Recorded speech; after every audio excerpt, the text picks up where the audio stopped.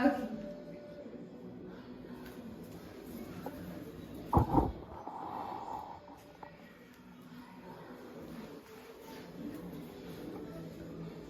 Okay, today I'm going to talk about why children should eat in class. Are you tired of your child coming home hungry?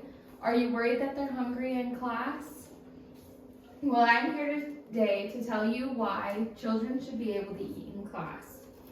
Kids have the right to feed themselves when they are hungry. This is relevant because at one point or another, we all went through the school system. We knew what it was like to sit through class and be hungry. If that's not relevant, then the fact that our friends or our peers also have children who are going through the same thing. I am credible to give you this statement because I have done extensive research and I'm going to give you my resources at the end. So I'm going to inform you what it is for the brain to not get its nutrients that it needs, why kids should be able to eat in class, the effects it has, and how we can implement change. I will begin with the brain. So the brain needs food to function and produce chemicals. The brain is also 80% water. And if you are a woman, you should be drinking 8 cups of water a day. And if you're a male, you should be drinking 12 cups of water a day. The brain's storage capacity is also huge and unlimited. And then also, carbohydrates better my mood by producing serotonin. Our carbohydrates turn into serotonin, otherwise known as the happy drug, and can put you in a better mood. Now, what happens if our brain has no food? We get sleepy.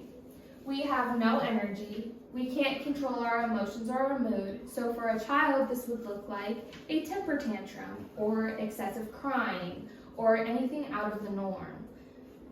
We also can't focus and we can't retain information. If my teacher is telling me all this information and my brain is telling me that I'm hungry, I'm not going to retain any of that. I'm not going to learn anything because my brain is focused on the fact that I'm hungry. You also have decreased performance because you're not going to be giving it your all because you're going to be thinking about how hungry you are. You will also have a low IQ score because we get into this circle of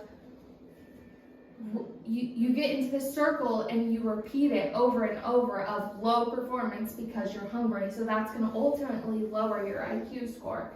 And then you also may fall sick because when your brain doesn't have the nutrients, it weakens your immune system, which makes you more prone to illness. So I think we should fight for change. Now, how can we change this?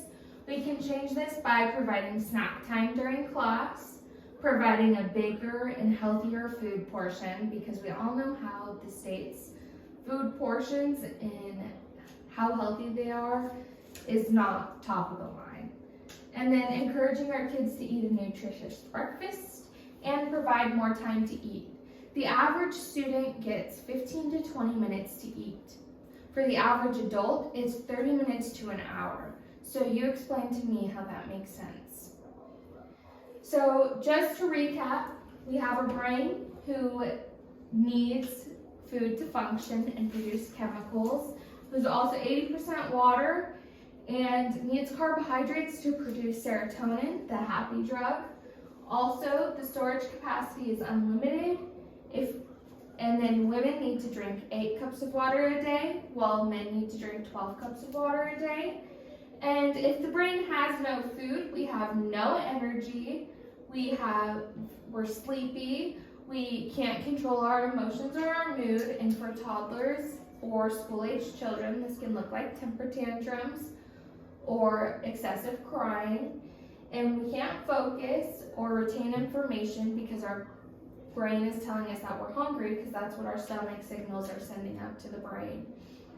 And then decreased performance, a low IQ score, and more prone to falling ill. And we can implement this change by providing snack time, providing a bigger and healthier meal portion, and encouraging to have students eat a nutritious breakfast, and providing time to eat. Now, if you take a look at the handout I gave you, you'll see that there was a vote of if students should eat outside of the cafeteria. Now, about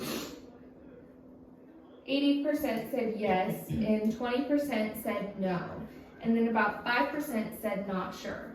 So as you can see, the kids are winning in the vote to eat. Now, I propose that you fight for change for your kids. I propose that you fight to help your students and to help the children that you teach to get the food portions that they need to focus. If you are hungry, it is hard to do anything. And now that I'm finished, I'm going to go ahead and cite my sources. brainfacts.org, msu.edu, washington.edu, ncbi.gov, heifer.org, feedingamerica.org, nokidhungry.org, and learning.gov.